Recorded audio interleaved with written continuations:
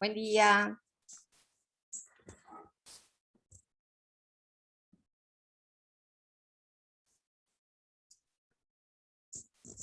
Buen día. ¿Cómo están?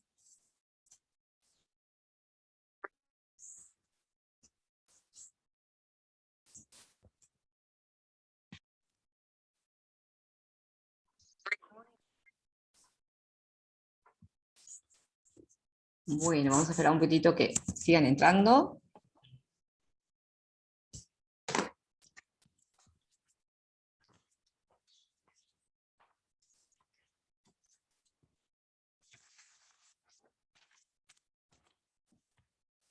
Bueno. ¿Cómo han pasado con este frío? Con frío. Está terrible. Todos estos días fue tétrico.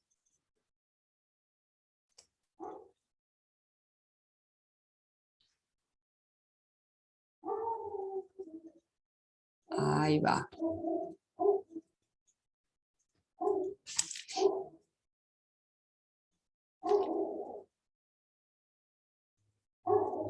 Ahí va. Bueno, Pierri, ya hay unos cuantos. Fernández y Estela. Muy bien. Bueno, ¿se acuerdan que habíamos quedado analizando los diferentes tipos de tejidos y habíamos visto los epiteliales? Y si mal no recuerdo, habíamos quedado en el adiposo, ¿sí?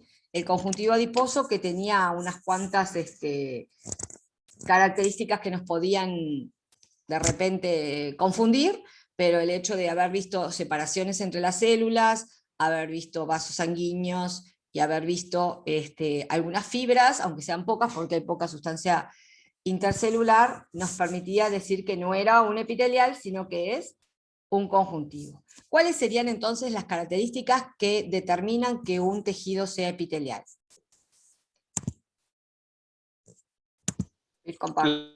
Las células estaban juntas.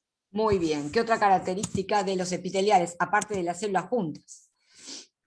Que no tiene Que vasos sí. sanguíneos. Bien, son avasculares. ¿Y la otra? ¿Cómo es la cantidad de sustancia intercelular? Escasa o nula. Ahí va. Esos serían los tres pilares. Y hay otra cosita más, que el hecho de ser avascular hace siempre una condición a los tejidos epiteliales. ¿Cuál es la otra característica que no nos puede faltar en un tejido epitelial? Que Creo que necesita siempre al lado tener un tejido conjuntivo. Exacto, siempre tiene que estar al lado de un tejido conjuntivo. ¿Sí? Porque si no, no tendría acceso a nutrientes, ni al oxígeno, ni podría deshacerse de los desechos. Por eso tiene que tener un tejido vascularizado, como es el conjuntivo, abajo, alrededor, en donde sea, pero tiene que tener. ¿Sí? Es una condición. Siempre que veo un epitelial, debajo o alrededor hay un conjuntivo. ¿De acuerdo? Esas serían las características básicas. ¿Cuáles serían las características básicas de un tejido conjuntivo? Que las células están separadas. Ahí va. ¿Y qué las separa?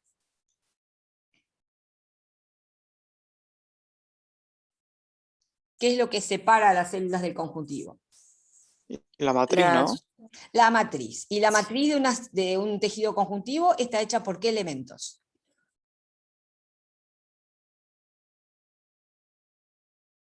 Fibras. Fibras, muy bien. ¿Y? ¿No había colágeno también? Las fibras son de colágeno, exactamente. Son fibras de colágeno y fibras de elastina, que son dos proteínas muy importantes y abundantes en los organismos animales. Así que fibras que pueden ser de colágeno, de elastina, y reticulares que son de colágeno pero tienen otra disposición. Cuando veamos conjuntivo en particular vamos a ver los detalles. Pero las fibras no están solas, están inmersas en una sustancia también muy proteica, que se llama sustancia fundamental o sustancia propia. ¿Sí? La matriz extracelular en un conjuntivo tiene dos componentes. La sustancia fundamental o propia, ¿verdad? Que está hecha de proteoglucanos, glucosaminoglucanos, una cantidad de proteínas compuestas o complejas ¿verdad? Que tienen propiedades de retención del agua y de retención de nutrientes, y también las fibras proteicas también, de colágeno o de elastina. ¿Bien? Entonces, ¿cómo las veo a las fibras? ¿Cómo me doy cuenta que esa sustancia, que esa matriz extracelular tiene fibras?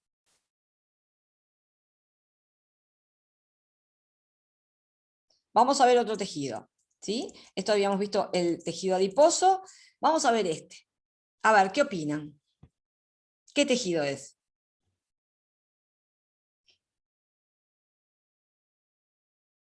Parece que fue agarrado por un niño y lo rayó todo. ¿Qué les parece? ¿Cómo ven las células? Estos puntitos Conjuntivo puede ser. Sí, pero ¿por qué? Más que decirle el nombre, es siempre darse cuenta por qué. Estos puntos son los núcleos de las células, ¿sí? Acá tienen un dibujito de cómo serían las células. Vieron que los puntitos son distintos, algunos más Están intensos. separadas, profe. Están muy separadas. ¿Y qué las separa? Fibras, Las fibras que aparecen como si fueran ¿qué? líneas. Exacto, líneas, como si fueran garabatos, rayados, vieron muy desordenados en este caso, ¿sí? Y lo que se ve en el fondo, que es de un color más rosa pálido, que acá en el dibujo sería blanco, ¿eso corresponde a qué? ¿No sería la sustancia propia esa? Exactamente, ahí va. Ustedes ahí tienen los 3 elementos de un tejido conjuntivo. Las ¿Sería qué células, cosa, profe? ¿cómo? ¿Qué sería eso? Que La no se me sustancia entendió. fundamental o sustancia propia, Ah, que es parte de la matriz extracelular. Las células están separadas entre ellas, ¿sí? Por esa sustancia fundamental y por las fibras. Eso es característica de un tejido conjuntivo. Células separadas y presencia de fibras en la sustancia, en la matriz extracelular, eso es característico de un conjuntivo.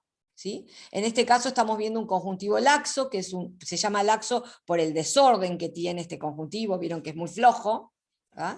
Las células están por cualquier lado, las fibras están dispuestas de cualquier manera, no tienen un orden, por eso se reconoce el tejido conjuntivo laxo, y si ustedes se fijan, hay casi tanta cantidad de células como de sustancia fundamental como de fibras. No puedo decir, y acá predominan las células, o predominan las fibras, o predomina la sustancia fundamental. Es todo una mezcla de las tres, más o menos en la misma proporción.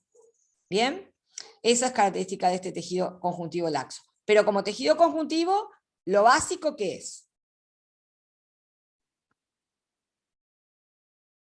Esto como grabado a fuego. ¿Cómo reconozco Células separadas. Células separadas, indudable. Esa es la primera cosa que tengo que mirar. O las tengo juntas o las tengo separadas. Si es separadas, es un conjuntivo. Por supuesto, en este caso es laxo, pero puede ser cualquier otro tipo de conjuntivo. Para afirmar que las células están separadas y corresponde a un conjuntivo, ¿qué otra cosa me fijo?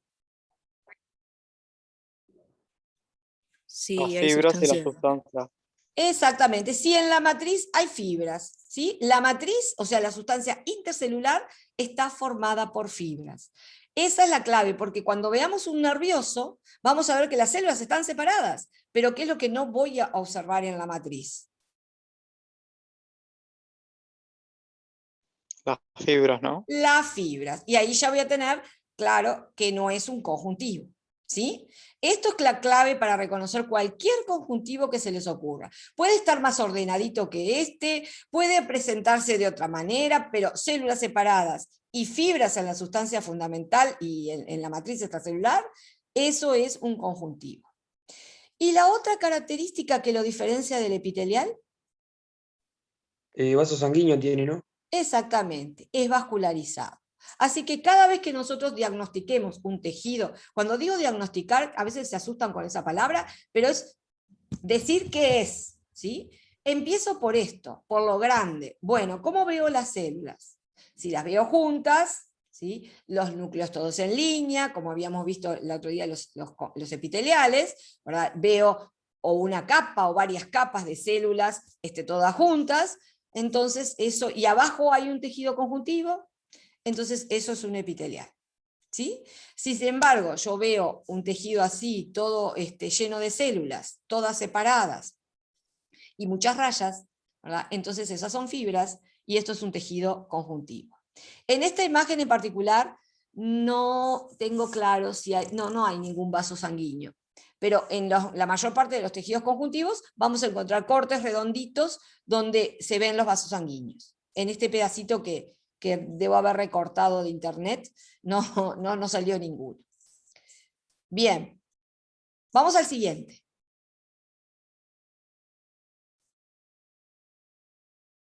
¿Cómo ven Tejido las células? muscular.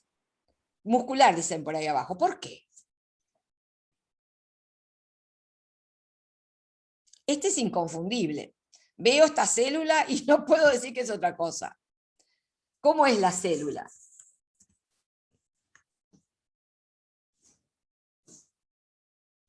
¿Qué forma le dan a esa célula?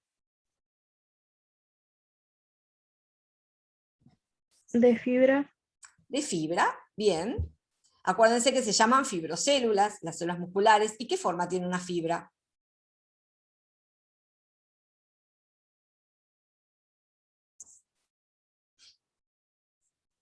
Son finas y largas.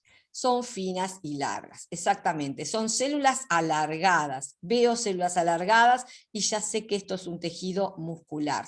¿Sí? En este caso son alargadas y cilíndricas, pero ¿se acuerdan que podían ser alargadas y de qué otra forma más? Fusiformes. Exacto. En este caso estoy viendo una que las tiene cilíndricas, no se afinan en los extremos. ¿Ah? Entonces, célula alargada, abrir los ojos enseguida, es algo de muscular. ¿Sí? En este caso, por la técnica de observación, están separadas, pero normalmente las células están juntas, las células musculares se encuentran juntas. ¿Sí? Pero no me puedo confundir con un tejido epitelial, ¿por qué motivo?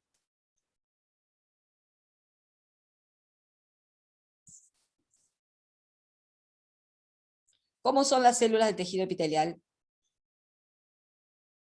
¿De qué forma son? 3 formas. A ver, ¿quién las recuerda del cuadro? Planas, Cúbicas, o cilíndricas y planas. Exacto. Podría decir que Cúbicas, son bueno, cilíndricas, ya las pero vi. acá tengo una cosa muy interesante, que es lo que aparece en el citoplasma. Vieron que el citoplasma de esta célula es diferente a todos los citoplasmas que hemos visto hasta ahora. ¿Sí? Es todo como rayado. Bueno, justamente, eso indica que en este citoplasma hay algunas estructuras citoplasmáticas muy desarrolladas más que en cualquier otra célula. Por supuesto que al microscopio óptico eso no lo puedo saber. Lo voy a saber cuando vea una foto de esta célula al microscopio electrónico. Y ahí voy a determinar que se trata de el citoesqueleto, el que está muy desarrollado en estas células. ¿Sí? Pero para saber qué es una célula, esto pertenece a un tejido muscular, lo primero es que las células son alargadas y cilíndricas. Y lo segundo, ese citoplasma diferenciado.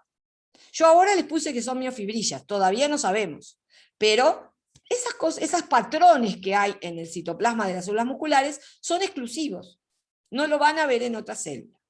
¿Sí? Entonces vieron que los otros tejidos, tanto el conjuntivo como el epitelial, nosotros veíamos cómo estaban las células, o juntas o separadas. Acá, más que mirar si están juntas o separadas, nos vamos a cómo es la célula. ¿Sí? Y es alargada, en este caso cilíndrica, tiene el citoplasma raro, ¿verdad? Está diferenciado ese citoplasma. ¿No?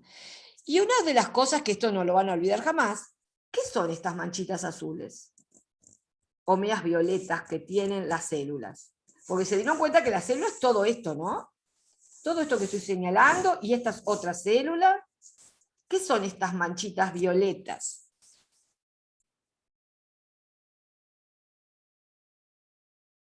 ¿Qué partes tiene una célula? Aunque tenga una ¿Pueden ser los núcleos? son los núcleos. Entonces, ¿qué me pueden decir de esta célula?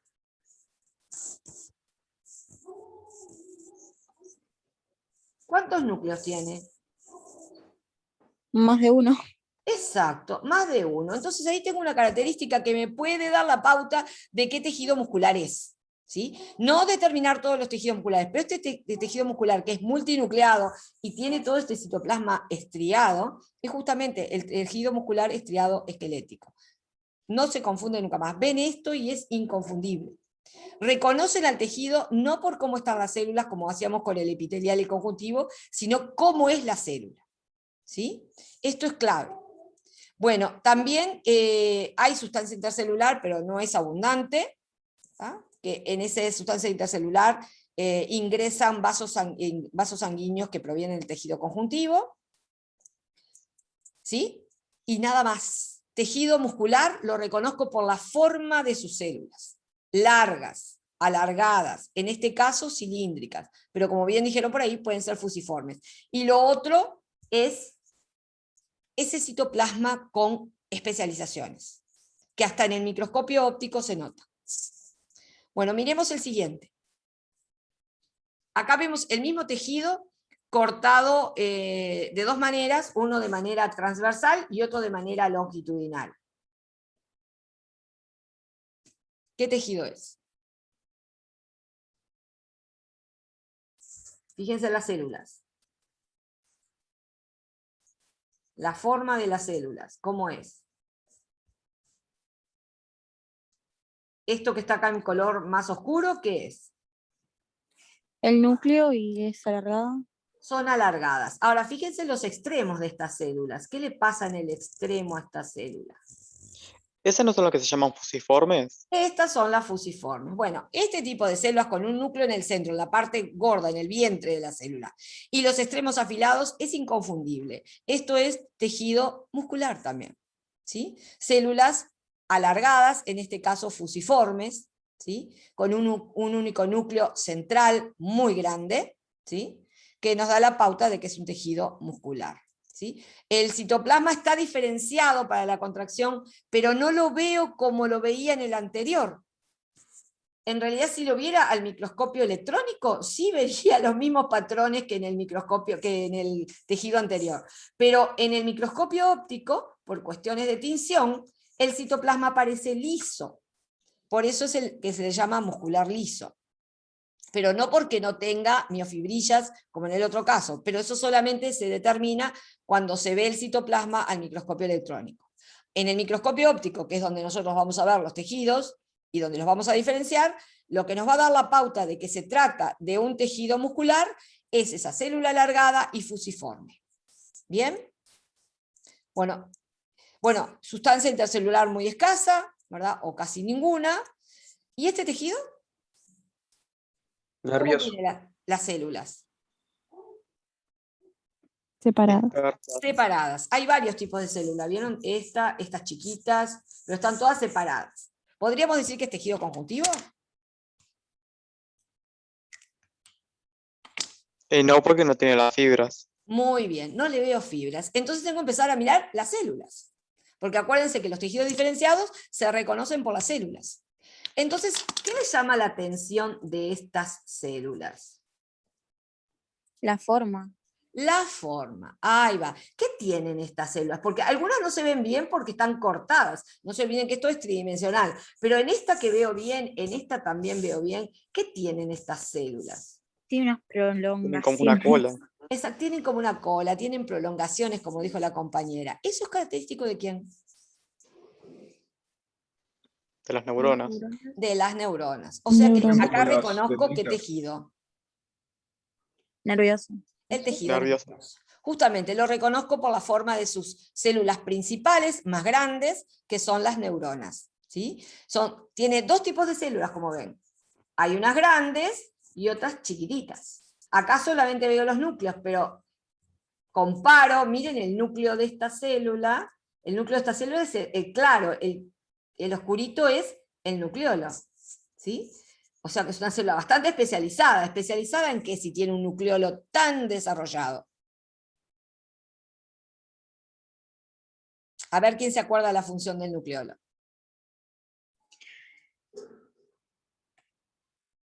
¿Qué se fabrica en el nucleolo? ARN. ARN. ¿Y el ARN en qué interviene? En los mensajes. Sí, sí, bien. El ARN mensajero llevaba mensajes ¿a quién? Al aparato. No. Ay, estoy confundiendo. A los A los ribosomas, ahí está. A y los esos ribosomas. iban al- ¿Y qué hacen los ribosomas con ese mensaje? Crean proteínas.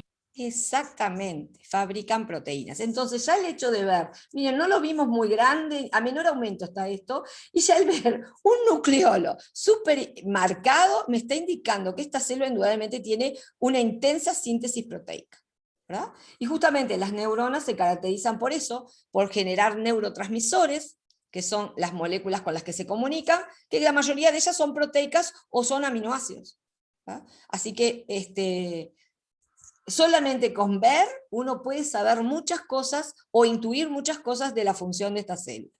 E indudablemente, si tiene prolongaciones, si tiene todas esas colitas, como dijo el compañero, ¿verdad? Indudablemente, ¿qué hará por esas colitas? ¿Se mueven? No exactamente. Ellas se estiran, las, entonces son- las prolongaciones las pueden estirar, pero ¿qué hacen a través de esas prolongaciones? ¿Transfieren los mensajes? Exactamente. Es a Serían través como de las las cuales dendritas. exactamente las dendritas y el axón, que son algunas que reciben el mensaje y otras que transmiten el mensaje, ¿verdad? Que en su momento, cuando veamos tejido nervioso, vamos a diferenciar. ¿Bien? Pero ahora estamos tratando de ver cómo diferencia un tejido epitelial a un conjuntivo, a un muscular y a un nervioso, a grosso modo. ¿Sí? Y acá lo primero que me salta a la vista, que las células están separadas, que hay células grandes, que hay células pequeñas, ¿sí? Que las células tienen prolongaciones, esas células grandes, como muy bien dijo el compañero, el axón y las dendritas, ¿sí? Y no hay fibras en la sustancia intercelular. ¿Ah? Esas células pequeñas, que después vamos a ver cuando veamos tejido nervioso, reciben el nombre genérico, el nombre de glías. Hay varios tipos de glías que en estas preparaciones, no sé si prestaron atención, pero ven que hay núcleos más intensamente teñidos, otros menos teñidos, pero más ovalados, ¿sí? Y hay algunos núcleos que parecen como si fueran alargaditos, gorditos en una punta y alargaditos, como si fueran un renacuajo chiquitito. Bueno, justamente la forma de los núcleos es la que nos va a permitir reconocer qué tipo de glía es. Pero en este momento, ¿cómo reconozco qué tejido nervioso? Las células están separadas, hay células grandes, hay células pequeñas, y las grandes tienen unas prolongaciones que se notan claramente, si bien no las vemos completas, pero se notan claramente. ¿Bien? En el citoplasma y en el contenido del citoplasma vemos diferenciaciones, por ejemplo, el nucleolo marcado, ¿sí? Después ven que hay como unas especies de manchas oscuras dentro del citoplasma. Ahora cuando veamos la tinción enseguida me van a decir de qué se trata, pero hay cosas diferenciadas dentro del citoplasma que no las vimos en las otras células, que también nos permiten identificar a este tejido. Bueno, y después que esta sustancia intercelular es muy abundante y sin fibras. ¿De acuerdo?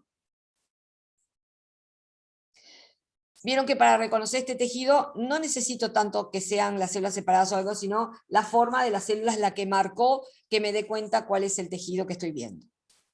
¿De acuerdo? Por eso habíamos dividido a los tejidos en dos grandes grupos, los poco diferenciados y los muy diferenciados.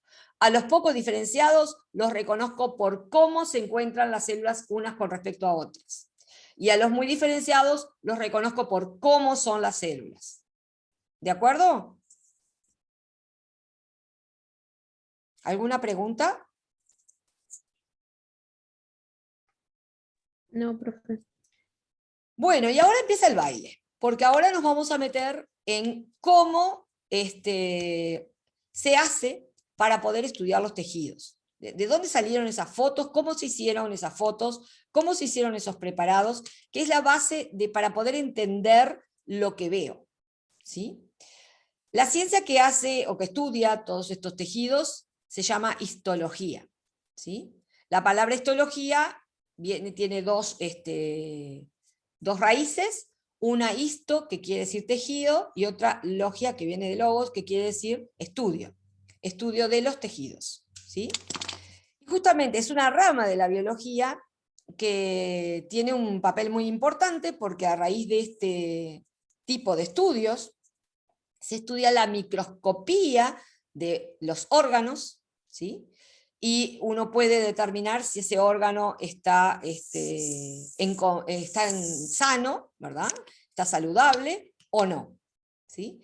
La histología que nosotros vamos a ver es la histología del individuo sano. ¿Sí? Pero hay una rama de la medicina que es la patología, el anatomopatólogo, que lo que hace es cortes de diferentes órganos para poder analizar cómo están las células en esos órganos. ¿Sí?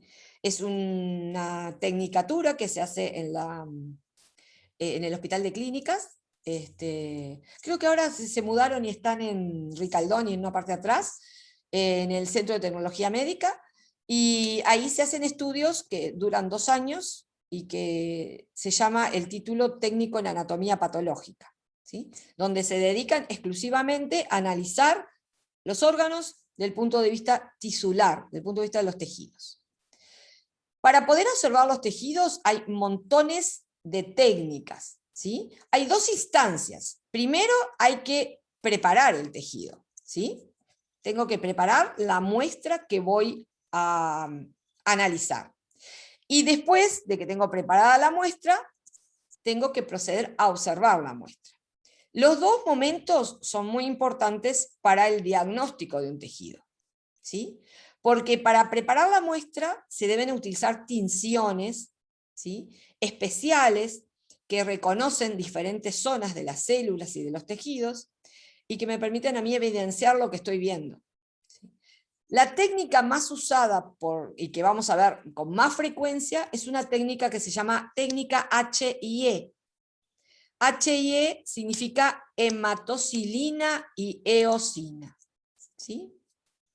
Así que vamos a ver, esperen un poquito, voy a cerrar aquí porque van a terminar las clases y me van a venir a hacer ruido.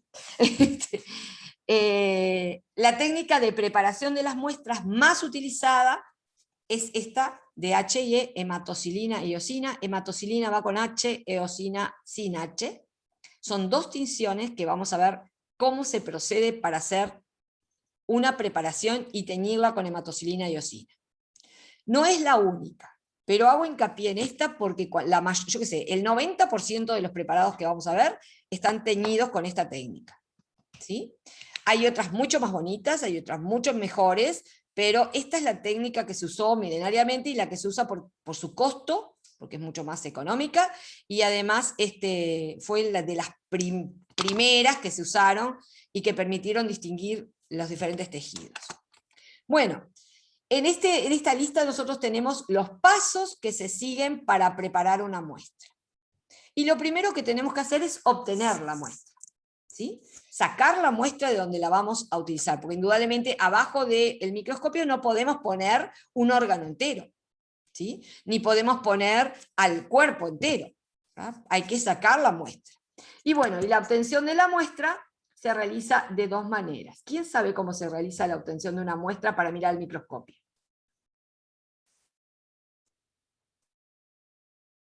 ¿De dónde saco una muestra? Con todo Puede seguridad. ser de un, ¿Cómo? perdón, puede ser de un cuerpo vivo o Bien. muerto. Exactamente, tengo 2 formas, in vivo, y cuando es in vivo, la técnica se llama biopsia. ¿Sí? Ahí tenemos un lunar, ¿no? Y se está extrayendo un pedacito de ese lunar para analizarlo al microscopio a ver si es un tejido maligno o es un tejido benigno. ¿Sí? Pero también puede ser post-mortem, ¿sí? O sea, en un muerto. Ese muerto puede estar recientemente muerto y entonces se puede extraer antes de su procesamiento, ¿verdad? Desde su entierro, ¿verdad? Se puede extraer tejido y ahí hablamos de la autopsia, ¿sí? O puede ser que queden dudas y de repente tienen que exhumar el cuerpo y se puede extraer tejido de un cuerpo que ya está en proceso de descomposición y ahí hablamos de necropsia, ¿sí? Las 3 técnicas nos van a permitir obtener un tejido, ¿verdad?, que es visible a simple vista y que de esa manera, como los trajimos, no lo podemos colocar en el microscopio. ¿De acuerdo? Por eso tenemos que ir al segundo paso, que es la fijación de ese tejido. ¿Cómo se fija el tejido? Bueno, la técnica más sencilla y la que se usa con hematocilina y eosina es la fijación en formol, ¿sí? Colocar en un recipiente, ¿verdad? El fijador, que en este caso es el formaldehído, o la formalina, o formol, es el mismo perro con distinto collar, y la muestra se sumerge en ese fijador, y se la deja un tiempo hasta que la muestra endurece, ¿sí? El formaldehído tiene varios cometidos. Uno de ellos es impedir que dentro de las células siga el metabolismo. ¿Se acuerdan lo que es el metabolismo?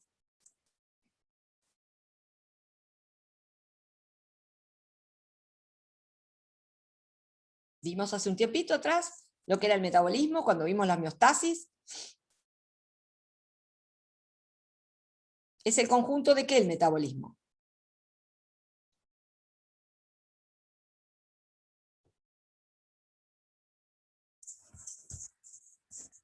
De todas las reacciones químicas que ocurren dentro de una célula, ¿sí? Entonces, lo que intenta hacer el formaldehído es terminar con todas las reacciones químicas que se están dando dentro de una célula, ¿verdad? Entonces, justamente se dice abolir el metabolismo, por decirlo de alguna manera, ¿sí?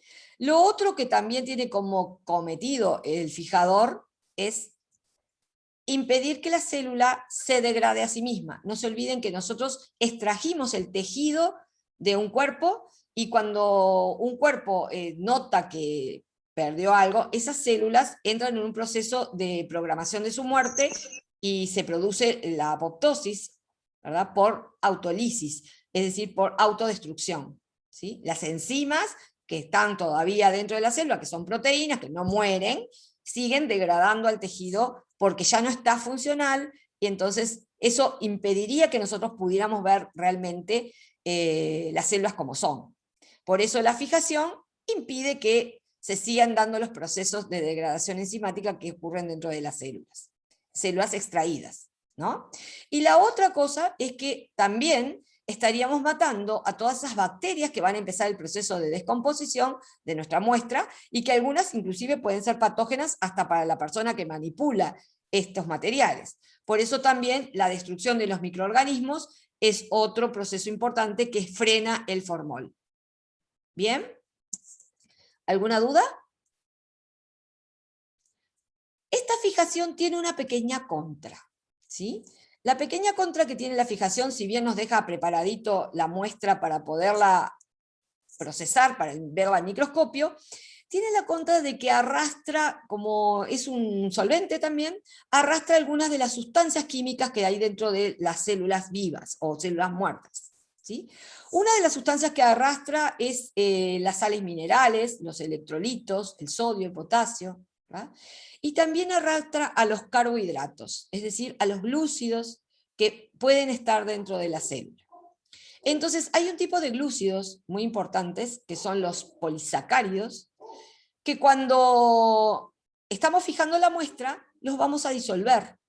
Entonces muchas veces en las células van a aparecer como que hay vacíos, y aparecen como pequeños espacios blancos, que uno dice, bueno, entonces esta célula está vacía. No, en realidad es un problema de esta parte de la técnica, que disolvió a los carbohidratos que estaban adentro de esas células, y parece como que cuando las observamos al microscopio aparece un hueco en vez de lo que debería aparecer, ¿sí?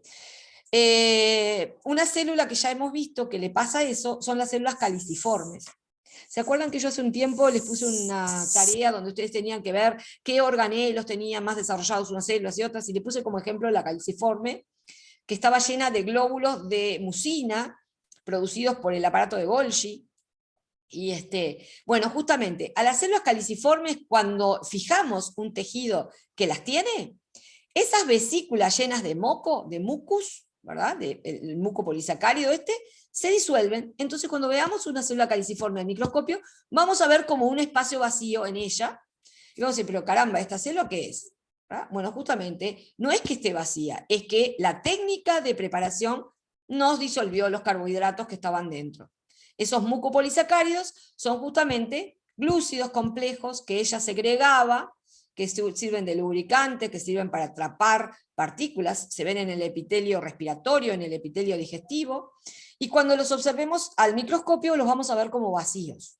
¿sí? Como espacios dentro del tejido. Ustedes me dirán, pero acá las células están separadas. No, no están separadas. En realidad esa célula perdió su contenido porque se disolvió en el proceso de fijación, ¿sí?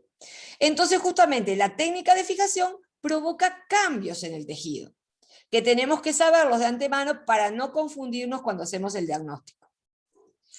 El cambio que ya les dije es el de disolver sales, el de disolver electrolitos, y entonces nos puede mostrar alguna cosa que no es tal.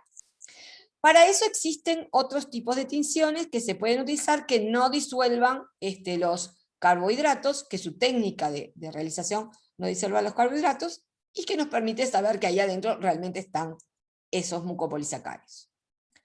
Bien, la otra fase de la técnica para observar al microscopio es el proceso de deshidratación y aclaramiento, ¿sí? Como la palabra lo dice, deshidratación, ¿qué significa? Cuando algo se deshidrata, ¿qué pierde? Todos los líquidos. Todo el agua, ¿verdad? La deshidratación, y ustedes dirán, pero ¿para qué van a deshidratar las células si quieren verla bien? Bueno, en realidad la deshidratación es un proceso necesario para después realizar la técnica del aclaramiento. Después se vuelve a hidratar la muestra, pero primero se la deshidrata para poderla aclarar y después se la vuelve a hidratar, ¿sí? La deshidratación se realiza en alcoholes, ¿sí? El alcohol común, el alcohol etílico, ese que utilizamos, bueno, se coloca la muestra, esa que ya está fijada, en distintos tiempos, se va colocando unos minutos en alcohol, primero 50, acá dice 70, pero primero se coloca en alcohol 50%, luego se lo pasa a otro frasco que tiene alcohol 70, se lo saca y se lo pasa a otro de alcohol 80, después a otro de alcohol 95, y después finalmente alcohol 100%. En cada proceso y en el tiempo necesario que se deja la muestra va perdiendo el agua, ¿sí? Esa deshidratación es necesaria para la aclaración. ¿Qué significa aclarar algo?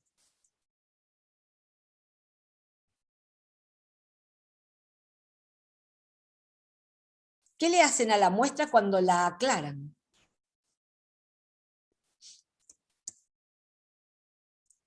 ¿Qué les parece? Saca No va perdiendo pigmentación. color. Le van sacando el color, justamente. El aclaramiento es quitarle color al tejido, el color propio del tejido, ¿sí? Que puede estar obstaculizando la observación. El tema es que para aclarar los tejidos se utilizan dos sustancias, el sileno y el tolueno, o silol y toluol, ¿sí? Que son también alcoholes, ¿sí? Y esos alcoholes son hidrófobos, es decir, no actúan si hay agua. No son compatibles con el agua. ¿Se acuerdan con los fosfolípidos que las colitas eran hidrófobas y rechazaban el agua? Bueno, tanto el silón como el tolueno rechazan el agua. Entonces, por eso es que la muestra debe estar sin agua. Por eso el paso previo de deshidratación. El silol o el tolueno, entonces, tienen que estar en una muestra que no tenga nada de agua. Pero tienen una contra. Tanto el silol como el toluol, o sea, el sileno o el tolueno, son solventes de lípidos, ¿sí? Entonces, todo lípido que pueda estar dentro de una célula es barrido por este tipo de reactivos químicos, ¿sí? Por eso vieron que cuando observamos el tejido adiposo, las células adiposas eran blancas, totalmente como vacías. Por eso es porque la gota de lípido que había ahí adentro, este paso de la técnica logró disolver. Entonces, ¿qué quedó en la célula? Quedó el espacio que ocupaba la gota de lípido que estaba ahí adentro, ¿sí? No quedó otra cosa. Entonces nos da la sensación como que la célula es una célula vacía. Hay que reconocer que eso es un problema de la técnica y que justamente está en este paso del aclaramiento por el uso de un solvente que disuelve a los triglicéridos, como los que guarda la célula adiposa. ¿De acuerdo? ¿Sí? ¿Alguna duda?